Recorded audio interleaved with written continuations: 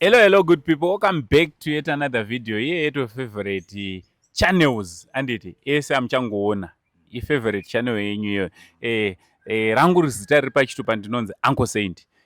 Chanzvati chamai venyu chigotwe mubama namama. So alright, mazuva akapera ndakapiwa rimwe. Hanzi bhiza remujaho. Bhiza rinowina. So mukangozonzwa ndichiti bhiza remujaho chingozoti aiwa tiri bhiza rinowina. Anditi. So panapa ndakagara na kurudyi rwangu on my right ndakagara na Kelvin Billiot. Anditi. Ndakagara na Kelvin Billiot kana kuti baba Ethan the goat hayo area yavo vari kupusha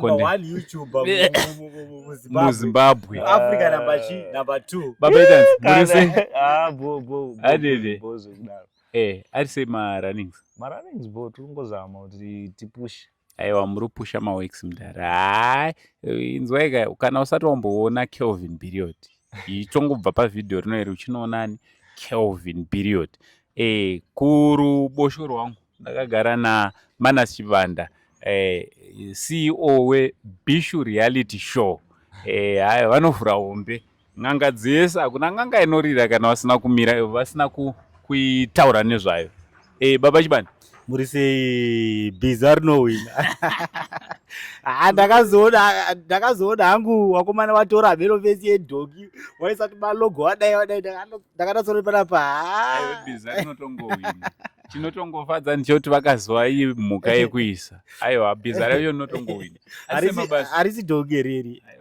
Ibhiza remujaho. Mabasa ari bhosva. Kuri sei kuBishu Reality? Mazuva ndagarisa but makoza akadai so ndingofonerwa Chibanda chimbodiburitsawo latest. Chibanda chimbodiburitsa latest. Nani? Pane munhu wakainterviewa recently. Pana waya ngishto dzedzi. Vanopenga. Ndezvekupenga ndezvekushaya izvo. Ndezvekushaya. Alright, so regai tibve tapinda panyaya yatigadzika panapa panhasi dare ratagara panapa. Ndoziva kuti vazhinji vanoziva kuti Kelvin Billiot is a brand. Manas Chivanda, Uncle Saint, mabrands. Anditi. So kazhinji ukaona tagara kudaizvi pane zvinenge zvichitora nzvimbo zvinenge zvichida kuti zvinge zvinogadziriswa. Anditi. Pane zvinenge zvichida kuti zvinge zvinokurukurwa takaisa misoro pamwe chete. Nditange nemi mukoma Billiot. Yes.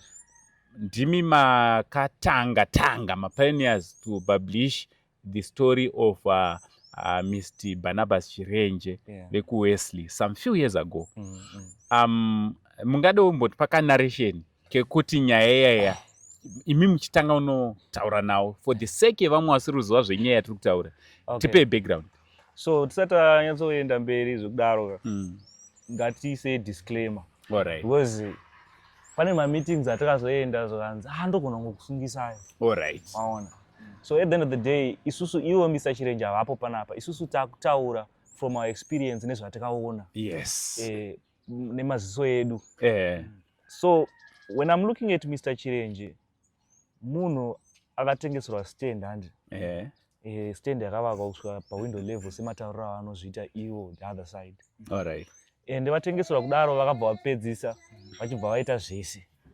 Vaita zvese kudaro zvitonzi pane nakatodzondifonera achinditi inini I was responsible kurana imba iyoyo kusvika pawindow level. Ndini ndaitenga equipment, ndini ndaita sei. And then pandakazoenda ndakazongonosa mwana akukondinya kuti kuvaka. Then ndibva atotaurawo nyaya dzake kunetsana kwaakaita naMr. Chirenje. So nyaya iyi maonero andiri kuita inini Mr. Chirenje vakacontributa kuvaka kweimba iyi semunhu anga atengawo imba from someone. And then alright, so according to him, vakatenga an unfinished structure. Yes. Alright. Havana kutanga from ground. Alright. But sematauro pakutanga interview kutanga it came out as if it started from the ground. From the ground. Was munhu aitaura nema emotions. You can say whatever. But nyaya payanga kutaura court manje. Mr. Chirenje before tisatanya kuenda kurestereki he lost this case. Alright. Akatoruza nyaya iyi kucourt high court. But manje sevanhu vaMwari ameno mataurirano vakaita vakaudzana kuti we can solve this shit amicably, tinokwanisa kutaura out of court settlement tokwanisa kuonesana. Alright. So manje ndara uyu manje Chirenje akabuda pa social media akakumbira regerero. Alright. Ndakabaiza. So isusu kana tiri vanhu vakamboona nyaya ichibuda pa social media, kana takuona munhu akukumbira regerero, it means kuti pane progress yakuita sei yakuitika. Tinge takuexpecta kuti sizvo kana akumbira regerero, it means vanhu vakuwirirana pane pamwe Mr. Chirenje wagara pamawo. Basi nanhasi. Right. Rega tiende kuna Mr. Chibanda. Anditi. Mr. Chibanda, what do you have to say? Because you're one of the people who were covering this story. Even up to now, you are still covering this story. Chandiri kuona ini ndechekuti hongu vaChirenje vakakumbira ruregerero. Asi ruregerero havana kunatsoregerwa zvemashuwa chaizvo. Sei ndiri kudaro? Nekuti vaChirenje ndofunga vakakumbira, kana singakanganise zvangu, kanosvika kanosvika kanenge 4 vachikumbira ruregerero pama different social media platforms. Because vakanzi ma-social media platforms ndiko makaita se ndiko maka-attack ende munoita se muno-withdraw your statement ikoko. Waka-withdraw statement rao, but nanhasi vachiri panze. Saka zvareva izvo kuti forgiveness yavakakumbira haina kutambira. Alright, saka toda kuti tidaiwo anditi, toda kuti tinatsoenda pa tiri kuda kuti tibve pamabhonzo tichieda flesh, tsinga, mafuta panyaya yedu kuitira kuti inge ine structure. For the benefit of those who are watching this video for the first time, tiri kuti vaChirenje vakatenga imba according to him after vaona pa-advert mu-newspaper, mu-Herald, mugore ravakaonawo, and then he decided to acquire this property. I still remember vachitaura vachiti vakatrusta chitoo chinhu zvabuda pa state paper, aiwa state newspaper, unoti pamwe zvinhu zviri genuine. So Mr. Chirenje then went ahead and purchased this property in question. Wesley. And then vobva vavakawo inini pane rimwe video vakatombotaura vachiti panga pasina chinhu, vakavaka from the ground. Pavideo randakaita riripo painternet for reference, vakatotaura sokudaro. And saka tiri kuti ivo, alright, property in question iri kunzi vakatengeserwa nemunhu asiri yemuridzi. Anditi? Then vatengeserwa nemunhu asiri yemuridzi, muridzi anga akatotora property, then he donated kuna bishop. Anditi? Adonata kuna bishop. Then nekufamba kwemakore ndopa vakazodiscover kuti pastand pavo pari kutogara munhu anova Chirenje. Ndo pakatanga mafights. Can you confirm kuti ndo zvamakaudzwawo mungoma Chibanda? Yeah, ndo zvandakaudzwa pavideo. I think madays achitaenda tese. Ndio information yandoziwa kana singakanganise zvangu. Ndizvozvo here mungoma period. So yeah, ndizvozvo. And maonero andiri kuita nyaya iri pakati pe1 3 Chirenje, Bishop Chipunza neanonzi Dube. Alright. Dube ndiye wekunzi akadonata property kuna Bishop. Alright. So nyaya payakaenda court zvakanzi nyaya iyi, zvakanzi Bishop anoziti nyaya iri pakati pa Chirenje naDube. Ivo havapo. That's the funny. I'm analyzing as a content creator. I'm analyzing as someone who is seeing it as it is. Yeah. So nyaya kana iri pakati paDube na Chirenje. And yet your stand yakadonatwa kwauri for free. Semunhu waMwari chinongokutadzisawo kungoti inini nyaya iyi yaita kakunetsa ende yasvibisa zita rangu. Ndakangobudawo ndakangomirawo kuti aiwa zvishuwa Chirenje wakaruza nyaya iyi. But ini semunhu waMwari ndiri kukupa sezvo ndakachipiwa sechipo. Hongu ndakavaka kusvika pa level I lost money. But I'm giving you as it is.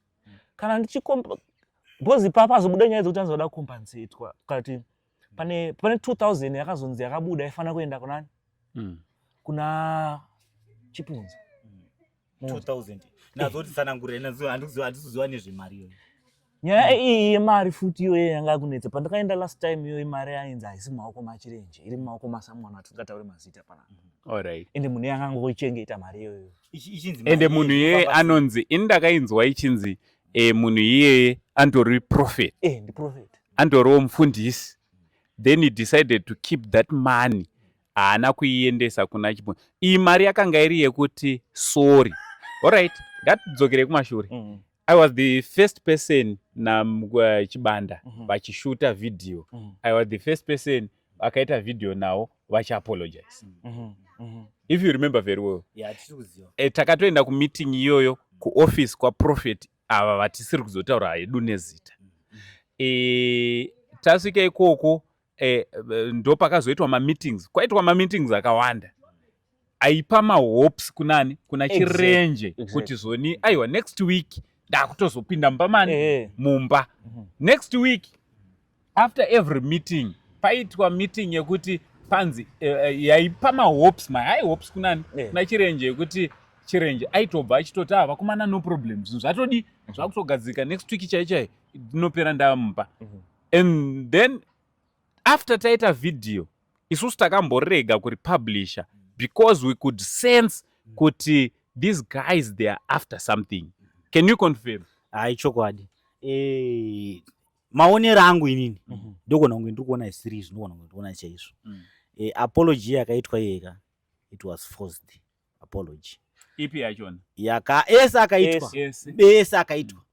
Nemhaka yekuti isusu wakaona yo kuti zvinenge zviri kutanisha image ya bishop. Image ya bishop you see. Nekuma family ne everything kutanisha everything. So wada ndofunga kuti wada kuda kutsaya wewe uda kungochengeta zita nayo but property was kuita hand over. Dai vaida kuita hand over property dai yakaitwa kudhara ngoma. Dai yakaitwa before isusu tisatauya. Varume musatambe nekuti munhu anogara 4 years panze.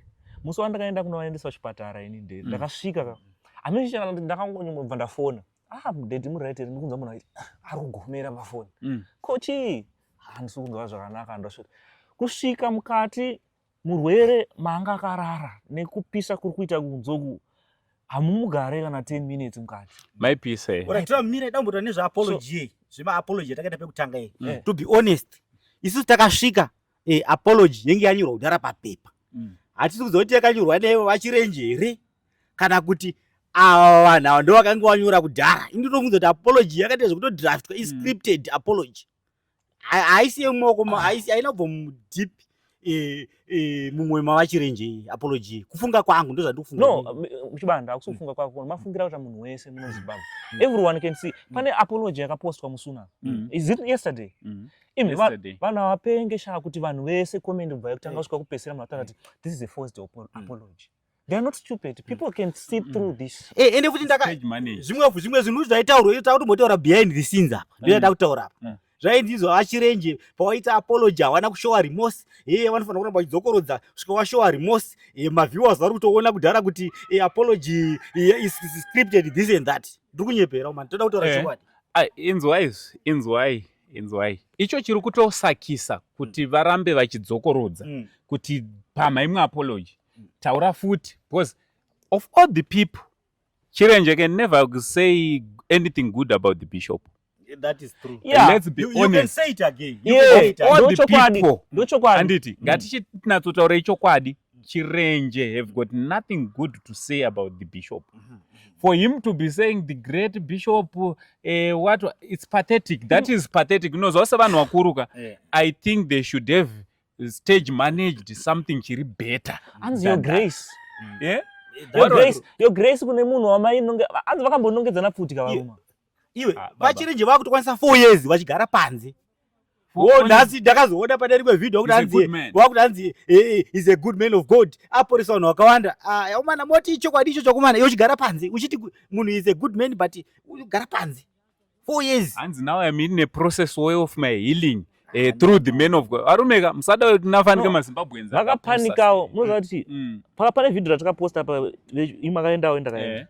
Vanhu vakapanika because at the end of the day munhu akarwara ende vakabva vatanga kufunga kuti munhu akafa uyu nemabudiro aita pasocial media hapagariki paya kana iso imba yezva hanzi vakailuza nyaya handiti imi anogara ipo paya ndiana plus wona kana iri vakailuza imba yakapiwa kuna Dhuve handiti mukoti hazvisirizo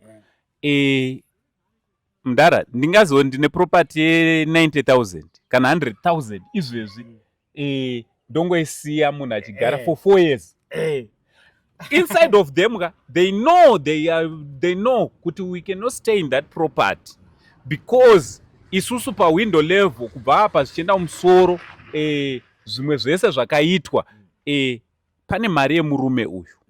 You understand? So for him to be saying all those words which were said by Mr. Chirenje, they are not his words. He was saying that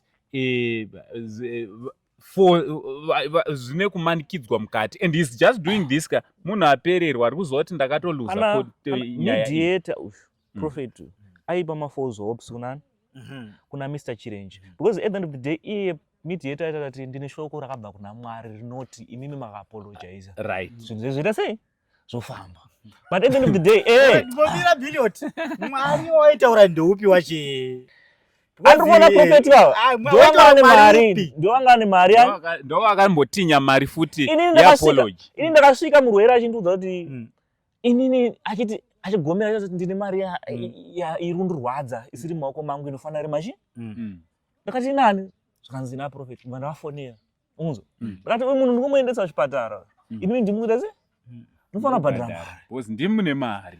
Vakauya vakatanga kutsika kuti munhu aenda kuchipatara unzo ndakati aiwa ini kamera yakuti akutorekodha uyu munhu takutomuendesa kuchipatara ndiwo akatozonobhadhara then mari ibva yatozopiwa akatozopiwa mari yake right why yainonoka kuuya pesa nokuti kamera yabaka ndopamauda kutobvisa pamunhu mari yake right ndoda kuti nditi comment panyaya wataura uchiti kune muprofita akati atumwa naMwari kuti aite mediator madhezi adarika ika mediator tinokuti Thabo Mbeki nekuda kwematalks akamboitwa Thabo Mbeki akaita se akatamba front kamunhu saka already muprofita wakatumwa kuti aite Thabo Mbeki uyu akataura kuti hanzi atumwa naMwari ainini kuona kwangu inini disclaimer kuona kwangu inini inhema hakuna Mwari akamutuma. You know the funny part he told me kuti ndichienda kuchipatara akaramba haana kuenda mota make akapinda mangu inini rwendo rwese ndaingodzwa nhuru akataura kuti paivakwa imba iyi foundation ndine mari yandakacontributawo kuvakwa so easy okay so inini manje he's having some personal interest so he decided ndo zvandakufunga so inini ndakufunga kuti zoni hapana Mwari akamuudza he's having some personal interests pa this property and pandikaenda personal meeting yandikaenda inini na Bishop Chipunza na iye vaida kuti ndirekode video ndero ndakaenda nemupana anonzi Billiard handatozorekodha ndakatoramba ndakati handikwanise kurekodha video imimi muchitaura muchizvichenesa inini hangu zvaizvozvo kana chirekodha video ndikurekodha video rekuti imimi muchibuda Bishop muchipa Chirenje kana kuri kupa nemwoyo wenyu handi vakailuza ndingatobuda ndichitaura kuti aiwa zveshuwa Mr. Chirenje vakakanganisa kutanisha image zveshuwa kutanisha image pakakanganisika hatikuramba ende vakaluza hatikuramba but you as a bishop tikutaura bishop hachisi chinhu chekuti tingatoise pasa bishop tinofanira kunzwa kurema kana tichitaura nemiso but chibanda unganzwa kurema iwo uchiona kuti murume uyu atambura anaiwa nemvura 4 years panzara just imagine and so meeting there are people waiting outside and you're supposed to pray for them but ndara handikunyeperei vanhu havasi stupid kuti social media yese painoona nyaya do you think kuti vanhu havasi kuziziva here kuti Chirenje akaluza nyaya vanhu vakuziziva kuti Chirenje akaluza nyaya but now people are looking at you as a bishop kuti alright akaruza murume uyu kwemi muri kuitei kuti upenyu hwake murume uyu sa bishop it's your job ka uri kuona kuti ininiwo chimwe chakandikachamadza kuchenesa zita anditi hakuna kuipa hakuna kana rasvibiswa zita une kodzero yekuti zita rako rakasvibiswa kana une zita rakanaka ringe riri rinocheneswa but it should be done in the right way. You cannot force a full grown-up man and tell him what to say per camera. You cannot write a script. It should come from his heart. And the only way you know that this man ange ari apologize from his heart. If you open the doors for him and akapinda mu property make, I'm telling you, he will say things from the heart. Exactly. Murume Bishop akati ndakukuvhurira. Has meeting. Azito moyo wake mudhara ndo paanototaura anotokumbira ega kuti maita basa nemoyo wake chaiwo. So everything is forced from how people see it. And sicharamba tichingotara disclaimer, these are our own opinions. That is why Mr. Chirenje vasipo panapa. Atinabva tatombovafonera tikutaurawo sevanhu kuti mana muneonawo sei nyaya. Mira ndizadzise kuti pa disclaimer hatina munhu atituma kuita this video. Munogona kufunga kuti vamwe tatumwa navachirenje vanoona kumare kuti bhadhara vane mare atibhadhara mare. You see, isa atibhadharwe tikutaura maonero edu. Exactly. So nyaya iripo inini way forward. I've seen a lot of people saying Uncle Saint pandakaita the last video, and I just want to say thank you very much to everyone akasendra mari after taita ma videos randakaitawo inini. A lot of people confirmed, even he himself, he confirmed receiving over $1,000 and it from the video. Also from the video rakaitwa na Kelvin period pakurwara. Thank you very much guys vese vakatumira mari kuna vachirenje yavachirenje kuti inge iri ichinovabatsira. Thank you so much. So ndiri panyaya ipapo, a lot of people have been suggesting kuti guys, why how kotika how about if we open a GoFundMe for Mr. Chirenje and buy another property for him? And I'm telling you the truth.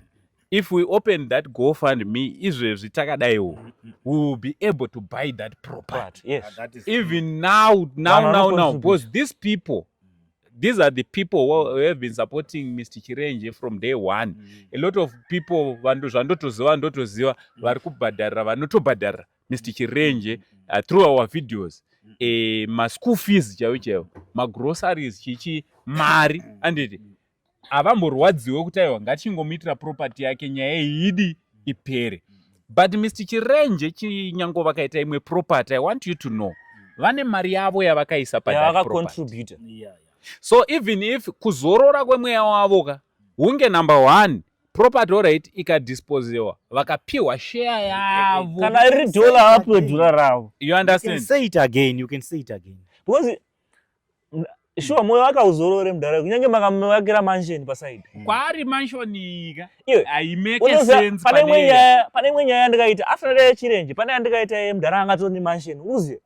Mudhara wawo was a truck driver. Imba akaivaka zvokusvika kuma $300,000. Aisiye kuwaterfalls. Ndio anga ane maproperty mudhara yeye ukunzwa. Izvo sokutaura kuti ane dzimwe dzimba.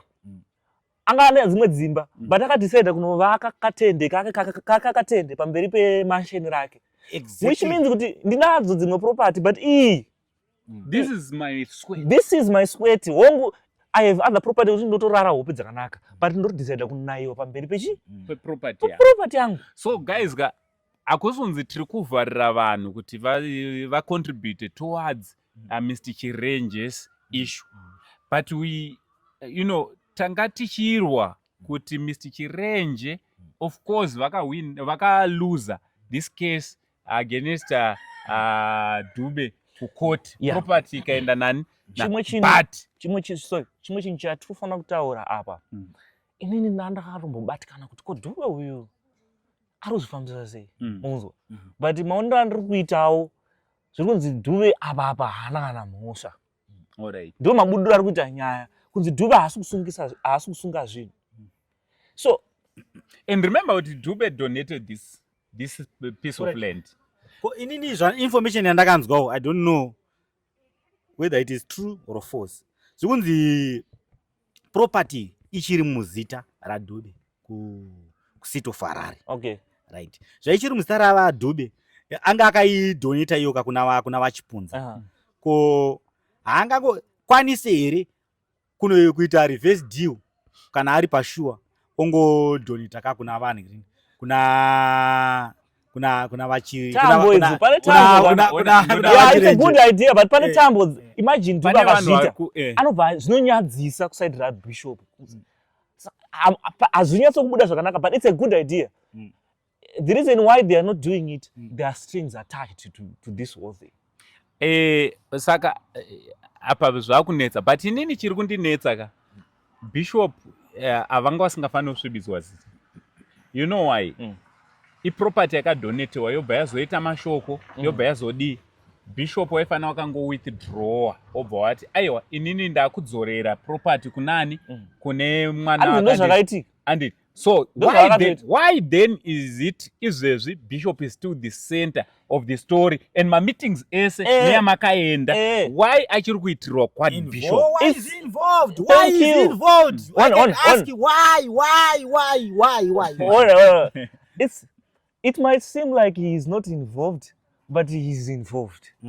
Because he's involved behind the scenes and zviri kuoneka. Yes. Zviri kuoneka. Because at the end of the day, pane kakubuda kazviri kuita kuti bishop ndo maonero angu varida kubenefita from this. Varida compensation. Because they were still involved ka. Dai tiri kunzwa matalks aka ari kuitwa between vachirenje and na vadhube.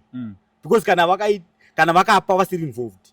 Ndo mafungiro angu, ndo maonero angu. Maybe totizoti is getting involved zvakanyanya because vanga vatovakawo. Toti maybe ndo vakavaka here since according to what you have just said kuti chirenje anomboti akaiwana imba iri pawindow level. Maybe even ndo vanga vavaka kubva paground kusvika pawindow. So maybe he is doing that because vari kudawo part yavo. But remember patikamboita mavideos people were saying no, let's contribute money and then compensate pane zvakaitwa zvachona nabishopu nekucompensate stand. Still they refused, if you remember very well. They want more.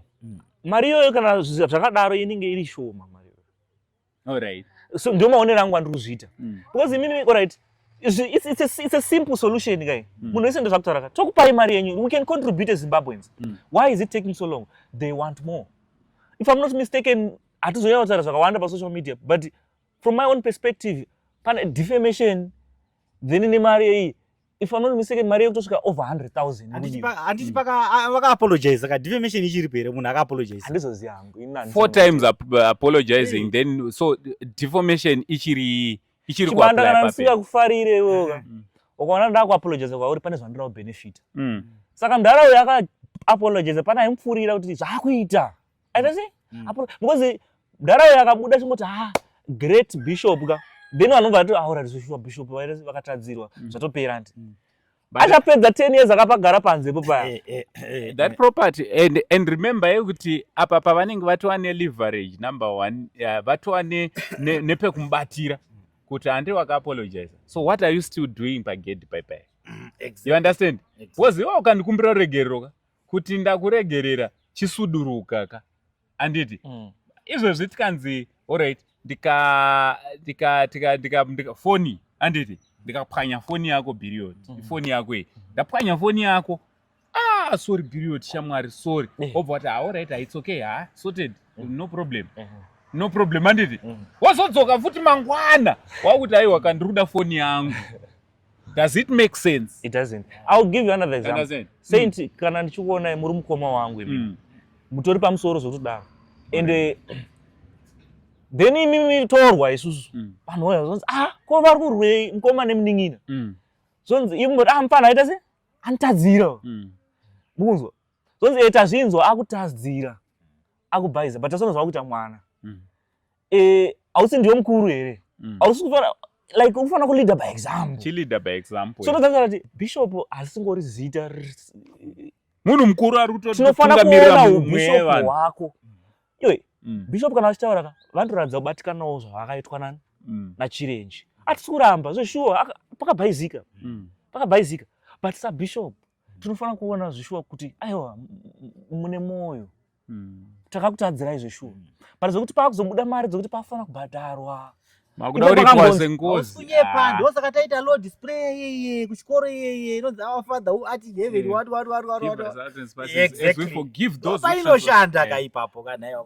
But apa pana bishop andikunyepere vanotiwo media yakanditadzira makabuda makaeya munhu andi makamupa space akanditadzira inini hamuna kuuya kuzoona side rangu inini yes pakabhaizika hatisikuramba iye chirenje akabhaiza hatisikuramba but the only way yekuti bishop wazichenese zita ravo apa kutobuda ivo vachienda nokinunura dhoreri kana kuti vachienda kukoti then koti yayovhura dhoreri and then isusu ina handikunyepere munhu wese it's not about kinunura door it's about paperwork munhu wese anotobuda zimbabwe yese tongobuda chizati bishop makaita basa and takakutadzirai tese senyika tichibuda chichitara chikomete mudhara handikunyepere mudhara akazorwara zviri serious pakaro zadhakwa you think kuti vanhu vanoungana pachechi pake mudhara wangu akabhaiza mudhara but tasana afa katakwara kana taita there will be no peace saka apa ndoda kuti tichipolisha edu what do you think anditi totanga nemukoma manners what do you think should be zofanira kuti zvinge zvinodi zvinoitwa kuti nyaya iyi inzi ingapere? You have been doing this story, munonadzonzwisisa nyaya iyi kubva pamavambo. Zvingaitwa kuti nyaya iyi izonzi yapera zvakanaka? Ini ndingati so pari zvinoga ndofungidzira hangu zvamambotaura zvezviye zvekuti takaitira mheno vachipunza vanhu vachirenje GoFund togara navo pasi totaura navo tozoti toona kuti Zimbabwe inokwanisa here kureiza mari inorikwanisa yareiza mari yotsvagirwa imwe property takamirira uku because uku hakuna hope uku hakuna hope because maapology akaiswa akawanda at least vane pawo pane zita ravo panoti chirenjewo kana chizofaita edu woita sei kufaitawo but vari somewhere vari somewhere vari mumba pawo at least because makore arutofamba kana wanga wane for example kana wanga wane 50 years pawakabuda panze watova ne 54 wakutoenda ku60 you see ndo zvandofungidzira izvizvo okay alright kwamuri ngoma period inini honestly when I'm looking at this whole situation zita ra Bishop Chipunza apa pakaitwa GoFundMe ndotoda kuti GoFundMe itwe inofanira kutoitwa because mudhara atambura inofanira kutoitwa wotowanira imwe property but at the end of the day as those who are in the body of Christ they must lead by example. Jesu airohwa aisvipirwa aitwa sei but aingoti varegerera hapana chanoita sei chavanoziva. Bishop should be in that position. Takutadzirai yes tese but tiregererei tikumbirire kuti Mwari vatiregerera hapana chatoziva. Remember Bishop munhu wenyama ka but ndinotaura kuti terrounds point yangu ndereva kuti Bishop akufanira kuva ine position yekupa Mr. Chirenje his house. It's now I know kuti akailuza nyaya but akufanira kuapa because mudhara yakavakirwa vanhu vachada kuziva kuti achagara ipo paya ndiani makaitira GoFundMe wakanogara komwe but handikunyepere imba yayo kana kuitengesa yakatengwa nemwe munhu pepe chandiri kuona muona maneighbors emudharayo mudhara musatambe nekuti kana mauda kugeza munomhanya across pane kamufambo kaga pane toilet vanonokumbira toilet vanhu aya kugeza vanonokumbira unzwa maneighbors aya vanhu vachagara paipai vachatenga imba yeye kana kuti mudhara ingozi yeye ndoda kuti muone pamupatata pandandasira kuda kutaura vhidhiyo rakaitwa of recent riri kungoratidza kuti riri kuda kuchenesa zita raBishop.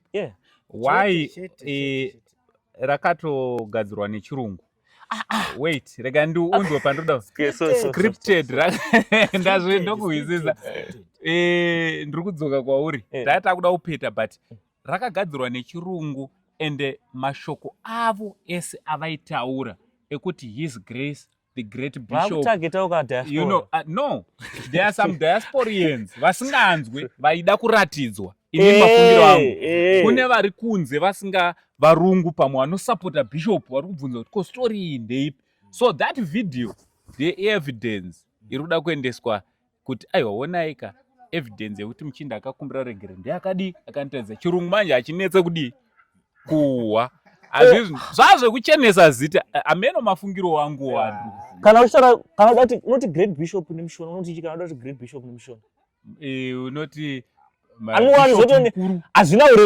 chiremerera but kana chachirungu manje I was surprised. His grace Iwe yes, so yes, the apology is supposed to be there, but yes. Let it come from the heart. It's not coming from the heart. No. Au apologize ka 10 pachi 1 pachinhu wanje watadza shamwari. Kana ye mwari wachona. Mwari. Why? Isusu did we not cover that story? Yes. Why is it kuti mfeso endega kadedzwa kunza agadi? Isusu atidi kuonekwa for your own information. They did not call us. Isusu takatodaika. Kana wakanzwa wachinzi the social media guys tisu taitorewa. Tisu mamhero kune wakomana. Why? Because murume uyu paanenge achida coverage chirenje pazvine zvakapresa, you are the ones who are making things kuti zvinge zvezvinoita zviri nani.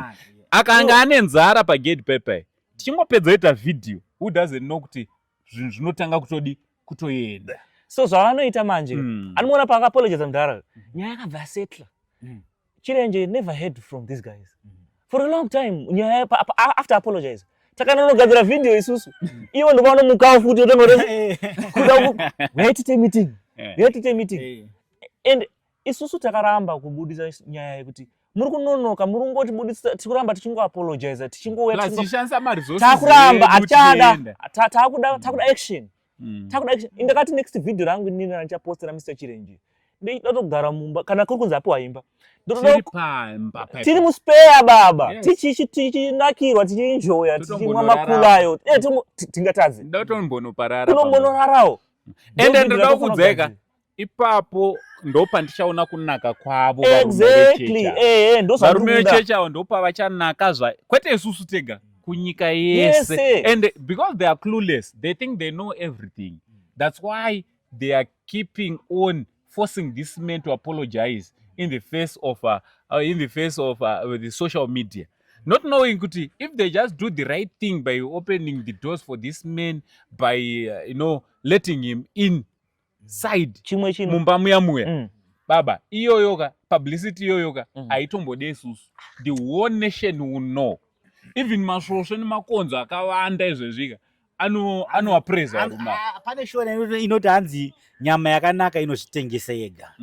You don't need to force the internet kuti vanzwe kuti waapologize. No! Vakatongonovhurira door vachirenje aitoenda wega kumedia, waitongonomhanya wega. Media inoita dufende ichimhanya pamba ichiita dufende vachimhanya. Chimwe chinhu chandaona hangu nyika yatakurarama. Let's not look at this situation only. Let's look at us as people. We have now reached a point as human beings on this earth that we no longer fear God. The fear of God is no longer in us. Baba ndakanzwa kushokeka, kuwa kutya kuti pane mari yakadonetwa. Not talking about Bishop Chipunza, but pane mari yakadonetwa yakabatwa iri mumaoko maSamuel. Asiri kunzwawo kumatyira kuti munhu ari kutambura ari panze. And ari munhu waMwari. Ari munhu waMwari. A person so called man of God. Exactly. Ini kwandiri unosisitori munhu waMwari. Because unofanira kurohwa nehana kuti mari yandiri kuchengeta iyi haifaniri here iri kunani. Mweya mutsvene kana uri mwoyo mako mukoma hana ikonorova ukatadzira munhu unotomhaya kuti ndakanganisa apa sorry ndakutadzira aya. Unoona. So ini handisi kuti Bishop Chipunza haasi munhu waMwari. He is a man of God. Unoona. But toda kuona women of God hwakazara panyaya izvi. This is a good example to know kuti where do you stand? For him, he should know also kuti ndoti matrial times acho. Exactly. Ipapa ndo panoda kuonekwa vhangeri repapupiti riya riyaka tinoparidza, but the true gospel is preached ipapa. Baba Jehovha vakarohwa kuchekwa kuti sei, but vakati varegerera hapana chanoita sei. Yes. Takakutadzirai Bishop, hatisi kuramba. Uyu murume ailuza case uyu, hatisi kuramba. But where do you stand as a bishop? Wongo ndeyadhube stand. If I was the bishop, ndati unofugama kuna dhube kuti tokumbira munhu waMwari. chipawo kana ngodaiso kana ngonegotiate nayo wombhadharawo structure because akapa structure. Aiwa, ipapo ndo patakati isusu tinopinda GoFundMe tinoita GoFundMe izvo tiri kuti varume ava vakati vakuvhura madhoors vakatipa figa by the end of this week tinoibuditsa inenge yatovapo zita rawo manje tenda kuti inini munoona Mwari mimi ona iwo vari kuti ground nderavo ka amene ndakanzwa chinzi ground nderavo here right kana akailuza but the most expensive thing ne it is not the ground, it is the structure. But still akailuza ka yes but at least already kukota akailuza ka but zvakudawo kaka Wangoti alright wakaruza alright but angocompensate a certain amount of your structure. Sai that kuti waite sei wachibva ona pekutangira. Anongona nyaya yanga kubuda futi zvinzi ma journalists akasungiswa anzi munhu wese akatumwa kuendeswa koti. Aiwa. Ya koti kwesusu isusu atirambika. Isusu remember kuti tiri ma registered journalist and we you know tiri ma takagara takadeo. Tiri ma law abiding citizens. And if we are publishing zvinhu zviri kuitika moso yedu inenge iri papi ani maatanisha zita rangu no pese panoitika nyaya panenge pese pawakaita nyaya iyoyo panenge pane nyaya pane two sides pane side rakanaka neside rakasviba pane three sides all right side A and B and reality all right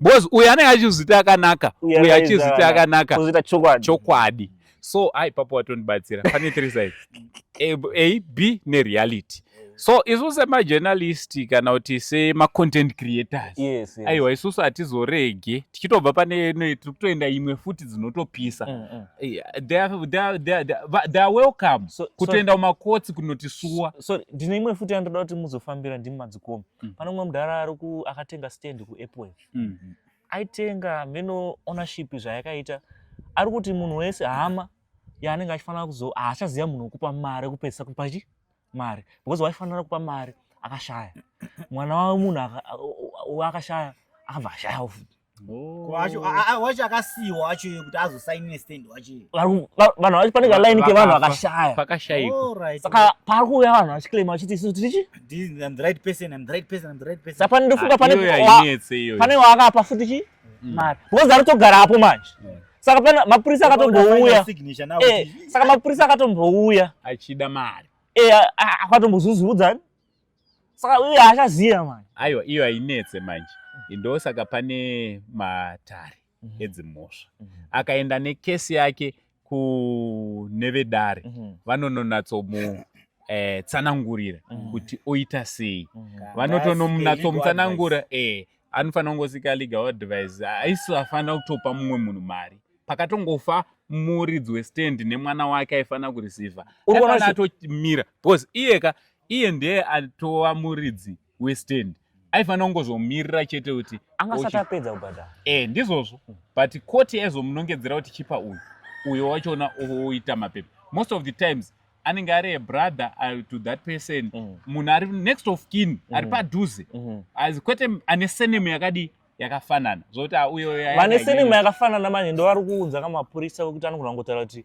because anogona kungohwina kukoti manje iye uyu manje oluza but akabuda mazimari manje uyu anogona kuti ndandisida mari yake ndoda stand yangu ngabve aiwa hazviite maimbozi unenge takatengeserana mapepa aripo ekuratidza kuti takatotengeserana nemufi saka iyoyo inogadzira anobatsirika saka guys what do you think about the Chirenje story which is obviously which is still going on and on and on because as long as Mr. Chirenje is still staying outside is still staying muchishaki chiri pagedhi cheche this story will go on and on and on.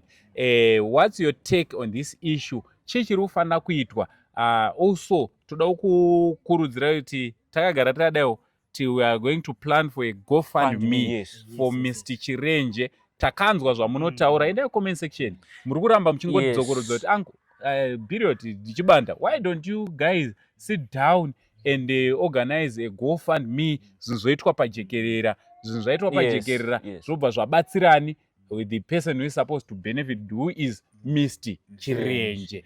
basa robva radi Yeah. robva raenda mberi then Yes. wozosarawo vachifighta Yes. for this property. So I'm sure the next video ratichange takagara pasi tichange tichikutsanangurirai kuti GoFundMe yachona ichange Yakamira ichifamba sei, tichange tichizviita sei, mari dzachona dzine ichifamba sei, kuitira zvinge zvinoitwa zvakadi transparent, yekuti iwewe wega unenge uchitoonawo kuti otaiwa yangu yandakabvisa kana riri dhora iro rapo, iro zita rangu iro rapo zvichidii zvakajeka chatanga takonfranda futi wachirenje woitipa authority anditi tobva taita sei, tobva tadzokuti zvakamira sei. I hope kuti masocial media platforms dzisari matatu aya guys, matatu chete baba munhu wese social media yese baba takanyatsochipusha chinhu ndino kuti hatisi tega tiri kusapota nyaya yacho. There are a lot of them. And another thing, nyaya yeGoFundMe tichanyatsoigarira pasi zvoitwa zviri proper. Because we have created enemies also doing this. That is true. A lot. Baba tinozonzi majournalists vakabubunya mari yeye. So we need to be clever about it. That is why tachipa madisclaimer akawanda. Because pakambotaurwa nyaya dzekunzi tinogorese kusungwa. So we need to be clever. Isu takatombo in patakatoita video re ndakatombo threaten ndakamuudza oyo video rekupedzira I was threatened ma threats chaiyo, but then semunhu wesocial media I'm used to that. Inini munhu akandithreatena nefoni kana necomment kana kuti neemail kana kuti it doesn't work to me as long as I know that I'm doing the right thing. If I have wronged you anyway, une right yekutondisungisa, une right yekutosungisa bhiri wetu, une right yekutosungisa ani manas, but ukangothreatena nekudii, it doesn't work like that muZimbabwe. So yeah, tichazodzoka zvakare kwamuri chikupai update yekuti what's happening anditi kuti zveGoFundMe kana zvavepo tichakuzivisai. For now hatisi hapana GoFundMe, kana muchibetsera wachirenje you can help him. Anzi pane katombogadziwa asi zoti mari yachakafamba sei GoFundMe. Someone told me yachirenje. No, don't fall bogus. Exactly. Like someone create. A lot of people will take advantage. They know Uncle saying tichita zve-charity and pakaitika nyaya ine gap dze-charity. A lot of people were asking me kuti Uncle mazwana hamusi kunyanyoita nei. You know, inini tine clean record when it comes to my stories awa. Anditi takatombotengera vanhu dzimba, tikatovakira vanhu dzimba, tikaendesa vana kuzvikoro, nanhasi tiri kuzviita izvozvo, tikatengera vanhu chikafu, nanhasi tinotengera vanhu chikafu, vana, hembe chi. I think you know it. Vamwe vari kuti sei musiri kuita, tichiri kutoita mufunge, but hatichaite tichiposta vana vaivai, tinongoita tichitonova-supporta kwavari ikoko, tichivaendesa kumaschools, tichiritori nevana vatiri kutochengeta. So guys, ngatimirei nawachirenje, whatever he is saying, mukaona wachikuti his grace chichi madrama aya anditi zvinhu zviri real ndo zvatiri kudzai panapa kuti that man he needs help a lot. Mr. Chirenje vari kuda help, and help yachona inobva konani kunesu isusu tikabatana tobatsira naMr. Chirenje. zangu zingi pabvira mchini makuru wa conclusion yasiyatozorwa ishungu yazotorwa kuma 20 minutes kaya ishungu dzawo nyaya iyi iri kutotishungurudza iwe kangani uchibatikana nini.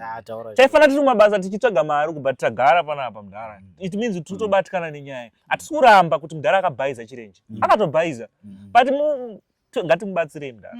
Mudhara ngatimubatsirei, ngatimubatsirei. So guys, thank you very much from Uncle Saint. Video rikaperi. Much love.